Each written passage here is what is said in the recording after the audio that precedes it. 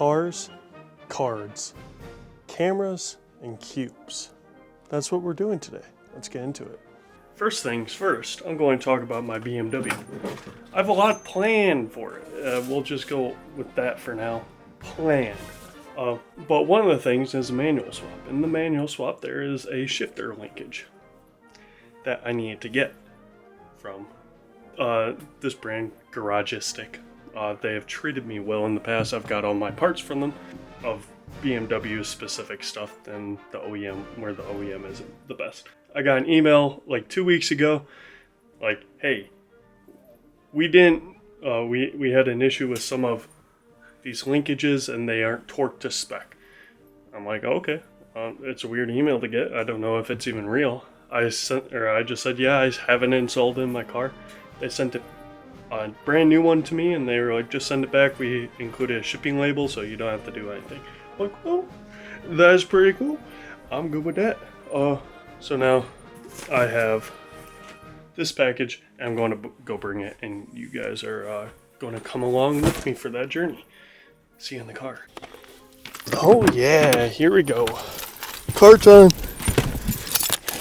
Buick LaCrosse.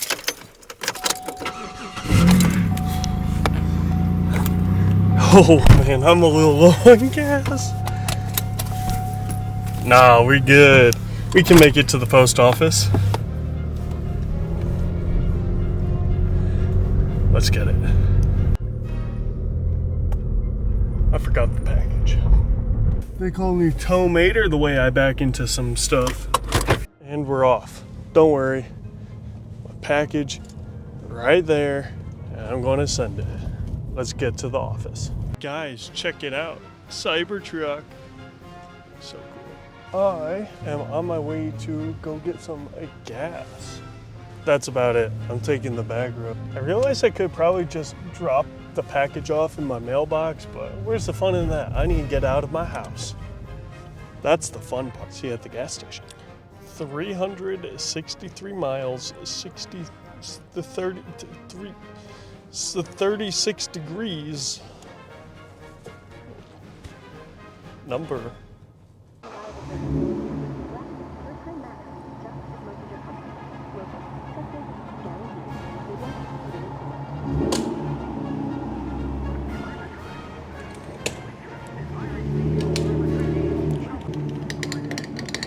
Go for it. You're good.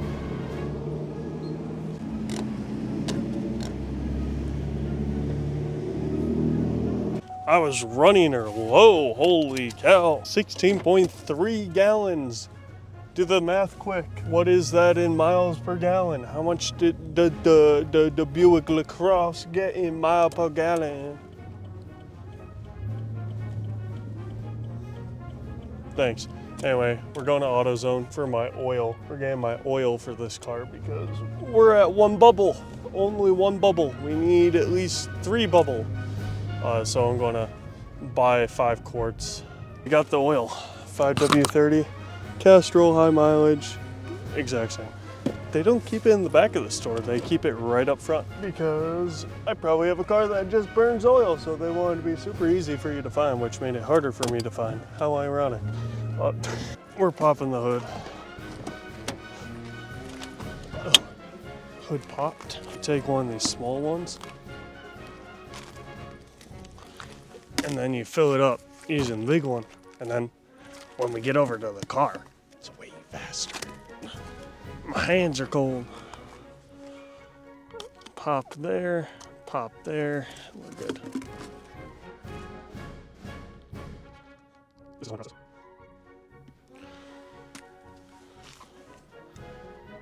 Okay, I had it way better before. Now I got it all messy. Oh, I think I just got some in my eye. That was cool. All right, all we have to do is pop the hood. Ooh, it's warm under here. Feels good. Now, we're just going to take this bottle that we just got and fill her up. There we go. That's all there is to it. Well, that's all I wanted to do.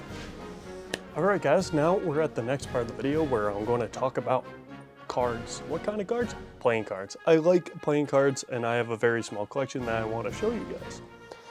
The first one is either a card by Chris Ramsey or suggested by Chris Ramsey to learn for cardistry.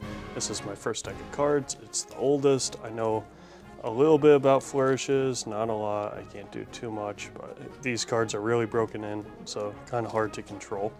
Really flexy, but really nice set of cards. I love the art on them. Fantastic. On to my next set, Monarchs by Theory 11. This is probably my nicest condition set of cards, but they're fantastic. The art, really nice, and just your basic. I believe these were featured in the film Now You See Me. Very classic deck of cards. They're a little stiff, but I could break them in a bit more. Whee! In terms of usability for like a magic trick or something, place in the middle of the deck. It's a little hard, not the best. Then we get into my second favorite, DKNG Red Wheels. I love these cards, they're fantastic. They're the right amount of stiff versus flexy, move really well in my hands. And let's try a flourish, can we do it? Yeah, we can do it. The flourish is a little bit better. My cut's decent. Then one of my favorite decks of cards that I have is one called MK Ultra by my friend Cam from college. He actually went and bought a whole bunch of these, and this I believe was the second or third pack ever opened. He is currently selling them. I'm going to probably buy another one just because. But this is the second one I ever opened. They're fantastic. They slide really well. Just a tiny bit stiff, but even with that being said, I can do flourish with them really well. They just feel great in my hands.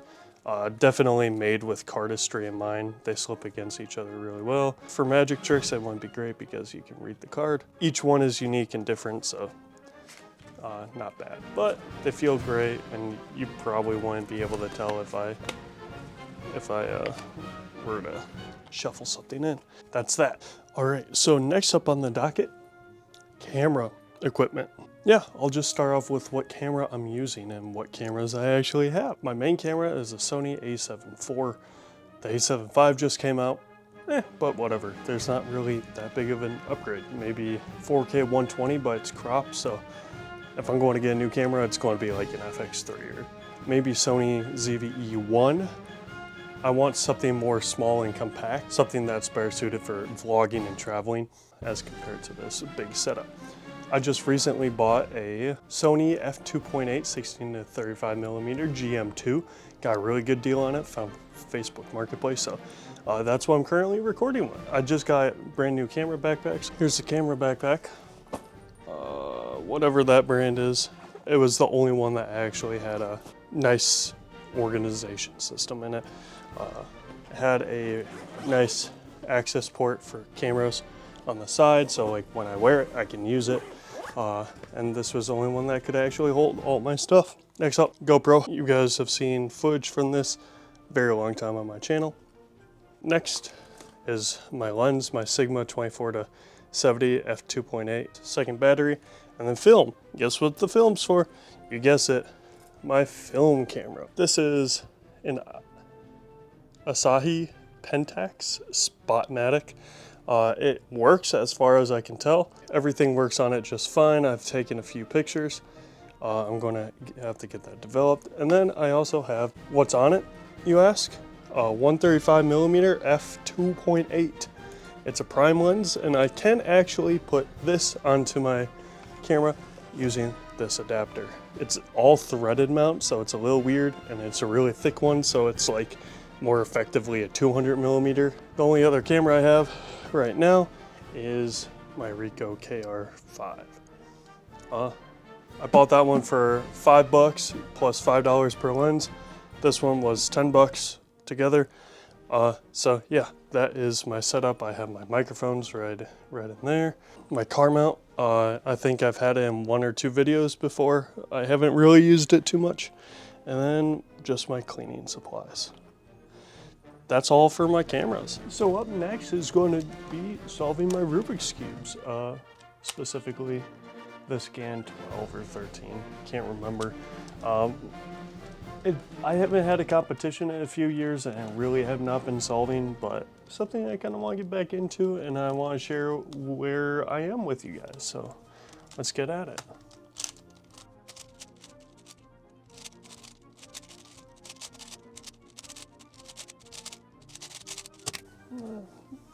Not too bad for my first solve in a while. I lied. I had 5 warm-up solves.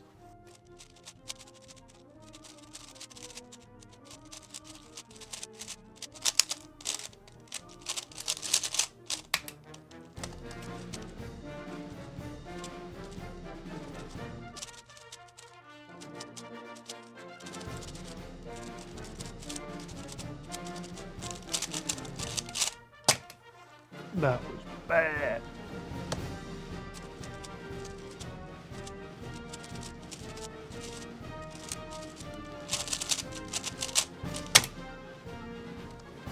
Not bad, not bad.